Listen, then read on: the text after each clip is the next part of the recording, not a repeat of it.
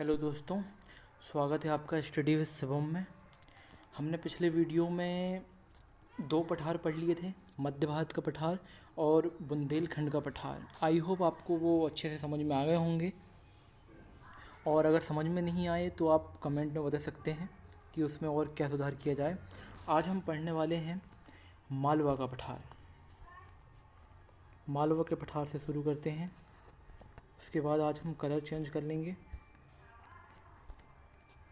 ठीक है। अब बात करेंगे मालवा के पठार की स्थिति।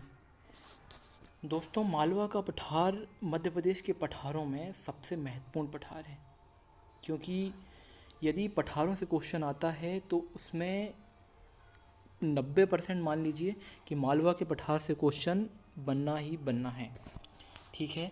अब बात करेंगे इसकी स्थिति की। मध्य प्रदेश के पश्चिमी भाग में लावा मिट्टी से निर्मित एक विस्तृत पठार फैला हुआ है, ठीक है। इसे मालवा के पठार के नाम से जाना जाता है। मतलब जो हमारा मध्य प्रदेश है, ठीक है, इसमें मैप थोड़ा ठीक नहीं बनता है, फिर भी मैं कोशिश करता हूँ। ये जो हमारा मध्य प्रदेश है, मध्य प्रदेश के पश्चिमी भाग में, इधर ये वाला एरिया मध्य प्रदेश के पश्चिमी भाग में लावा मिट्टी से निर्मित एक विस्तृत फैला हुआ पठार है, जिसे मालवा का पठार कहा जाता है। उसके बाद बात करें हम तो इसका क्षेत्रफल, मालवा के पठार का क्षेत्रफल मध्य प्रदेश के कुल क्षेत्रफल का लगभग 28% है, और किलोमीटर स्क्वायर में 88,222 किलोमीटर स्क्वायर इसका क्षेत्रफल पाया जाता है। यहाँ याद रखने की ज़रूरत सिर्फ इतनी है कि मालवा का पठार मध्य प्रदेश का 28% कैप्चर करता है। उसके बाद निर्माण, दक्कन ट्रैप की लावा और बेसाल्ट चट्टानों के टूटने से मालवा के पठार का निर्माण हुआ। कौन सी? दक्कन ट्रैप की लावा और बेसाल्ट चट्टानों के टूटने से मालवा के पठार का निर्माण हुआ है। अब मालवा के पठार के प्रमुख जिले कौन कौन से हैं? इंदौर, उज्जैन, देवास, आगर मालवा, रतलाम, उधार, फिर झाबुआ, ठीक है। चलिए आगे चलते हैं हम। यहाँ की जलवायु, मालवा की जलवायु सबसे शानदार जलवायु है, ठीक है। अभी आप आगे देखेंगे, क्योंकि यहाँ की जलवायु समशीतोष्ण जलवायु कहलाती है, जो कि ग्रीष्म ऋतु में साधारण गर्मी होती है और शीत ऋतु में साधारण ठंड होती है। मतलब गर्मी में ना अधिक गर्मी लगती है और ठंडी में ना अधिक ठंड लगती है। बिल्कुल गर्म है तो बहुत साधारण रूप से गर्म है, और ठंड है तो हल्की ठंड है, ठीक है। अब बात करें यहाँ की वर्षा की। वर्षा 50 से 75 सेंटीमीटर यहाँ वर्षा होती है, और कुछ अन्य बुकों में 75 से 100 सेंटीमीटर। मतलब ओवरऑल बात करेंगे तो 75 से 100 और 50 के बीच में रहती है, ज़्यादा अंतर नहीं है। बात करेंगे वन की। यहाँ वन पाए जाते हैं शुष्क पर्णपाती वन। शुष्क पर्णपाती वन बबूल, पलाश, तेंदुपत्ता, सागौन, शाल इसके प्रमुख उदाहरण हैं। यहाँ की मिट्टी, मालवा के पठार की मिट्टी है काली मिट्टी, ठीक है। मिट्टियों के बारे में जब हम आगे अध्ययन करेंगे तो मालवा की मिट्टी को और विस्तृत से अध्ययन कर लेंगे, ठीक है। अभी सिर्फ इतना आप समझिए कि मिट्टी यहाँ की काली है, मालवा की मिट्टी काली है। उसके बाद आगे देखते हैं फसल।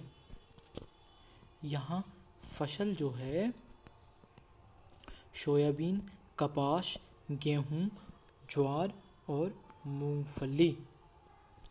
यहाँ की नदियाँ चंबल, क्षिप्रा, पार्वती, गंभीर, खान और माही। चंबल, क्षिप्रा, पार्वती, गंभीर, खान और माही है। ठीक है। अब सबसे महत्वपूर्ण मालवा के पठार की चोटियाँ। यहाँ से बहुत बार क्वेश्चन आता है दोस्तों।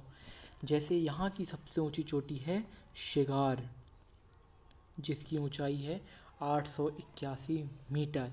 फिर जनापाव, धजारी, गोमनपुर। ठीक है। जनापाव की ऊंचाई 854 metre, धजारी 810 metre, गोमनपुरा 510 metre.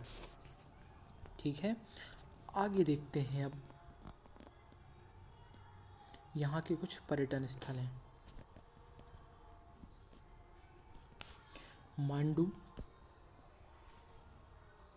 Bhopal, Ujjain, Sanchi और रायसेन। ठीक है। भोपाल में भोजपुर मंदिर वगैरह हैं, ये आप देख सकते हैं। ठीक है। यहाँ भोजपुर तालाब भी है। और सांची और रायसेन औद्योगिक केंद्र। यहाँ के औद्योगिक केंद्र हैं मंडीदीप, मेघनगर, पीथमपुर और ये है पीलूखेड़ी। ठीक है।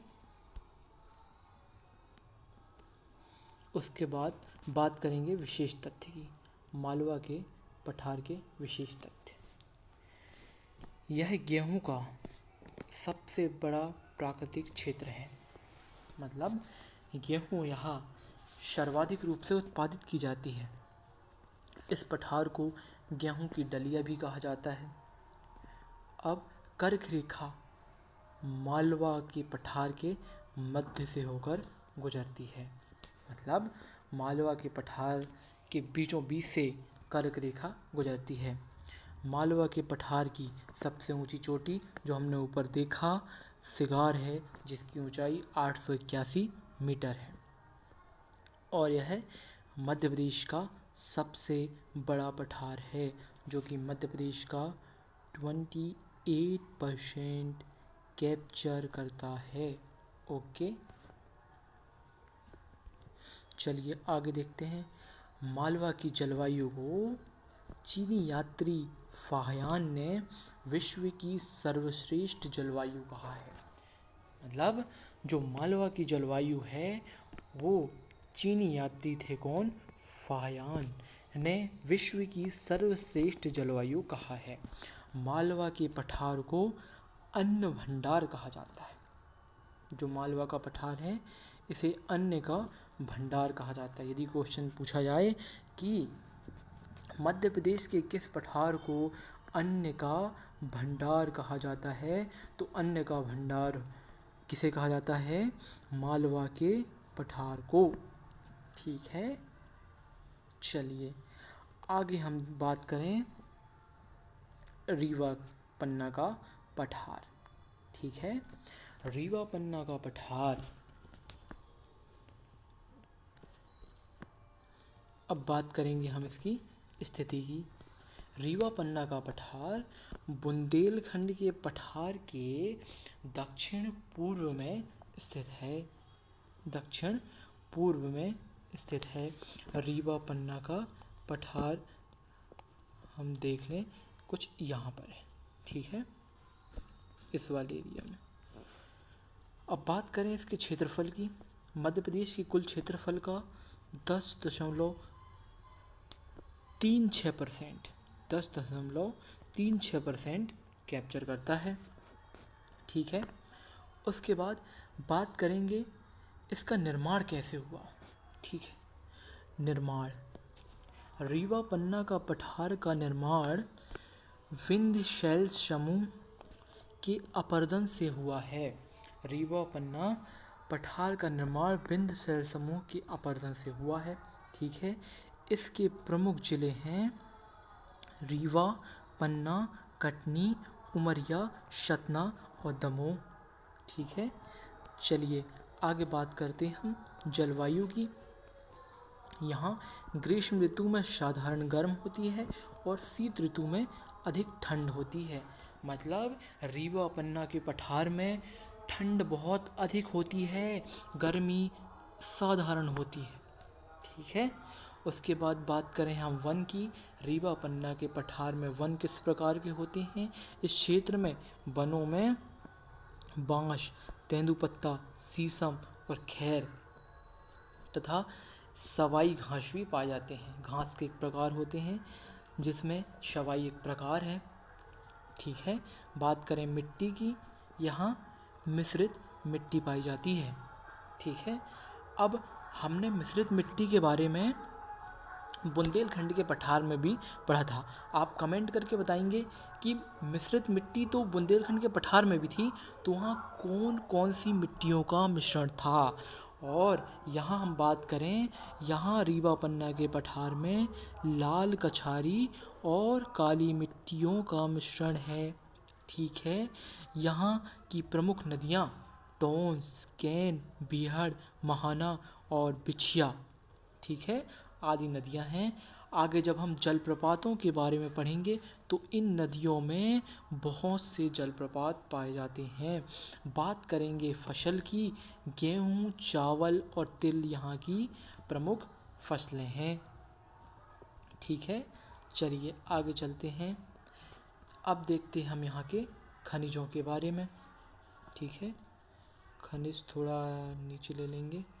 खनिज चूना पत्थर, गेरू, हीरा और जिप्सम। हीरा भी यहाँ बहुत महत्वपूर्ण है। ठीक है। बात करेंगे यहाँ के पर्यटन स्थल की। मैहर, सतना, जो कि मतलब मैहर अब खुद से एक जिला बन गया है, तो मैहर जो पर्यटन स्थल है मैहर जिले के अंदर ही आएगा। उसके बाद अब सतना में स्थित है भरूच स्तूप, चित्रकूट और रीवा का किला। ठीक है। जब हिस्ट्री वाले सेक्शन में हम पढ़ते हैं रीवा के किले में तो वहाँ देखेंगे। उसके बाद यहाँ के उद्योगों में चीनी मिट्टी है, कत्था है, सीमेंट उद्योग है। ठीक है। चलिए आगे देखते हैं प्रमुख तथ्य रीवा पन्ना के पठार। इस पठार को विंध्यन कगारी और स्कार्पलैंड के नाम से भी जाना जाता है। मतलब क्वेश्चन यदि पूछा जाए कि मध्य प्रदेश के किस पठार को विंध्यन कगारी या स्कार्पलैंड के नाम से जाना जाता है, वो है रीवा पन्ना का पठार। इस क्षेत्र की सबसे ऊंची चोटी है गुडविल। मतलब रीवा पन्ना के पठार की सबसे ऊंची चोटी है गुडविल, जिसे सद्भावना चोटी या सद्भावना शिखर के नाम से भी जाना जाता है। यह मध्य प्रदेश के दमोह जिले में स्थित है, जिसकी ऊंचाई 752 मीटर है। अब आप मुझे कमेंट में बताएंगे कि बुंदेलखंड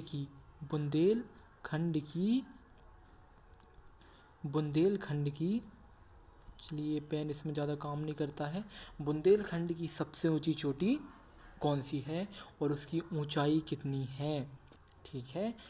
अब बात करें रीवा पन्ना के पठार की आगे, तो मध्य प्रदेश में जवेरा गुम्बद जो कि दमोह जिले में ही स्थित है, यह रीवा पन्ना के पठार के अंतर्गत आता है। ठीक है। मतलब सद्भावना चोटी भी दमोह जिले में आती है और जो जवेरा गुम्बद है जो दमोह जिले में ही आता है। ठीक है।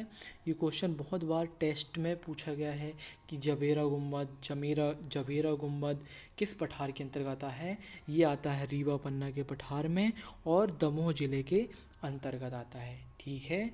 उसके बाद आगे हम बात करें तो इसी पठार में सतना जिले के मुकुंदपुर में सफ़ेद शेरों की सफारी स्थापित की गई है। ठीक है। इस पठार में बुंदेली और बघेली बोली प्रमुख रूप से बोली जाती है। ठीक है। क्योंकि रीवा पन्ना के पठार के ऊपर है बुंदेलखंड का पठार और उसके नीचे स्थित है बघेलखंड का पठार। ऊपर बुंदेलखंड, नीचे बघेलखंड और बीच में पड़ जाता है रीवा पन्ना का पठार। ठीक है।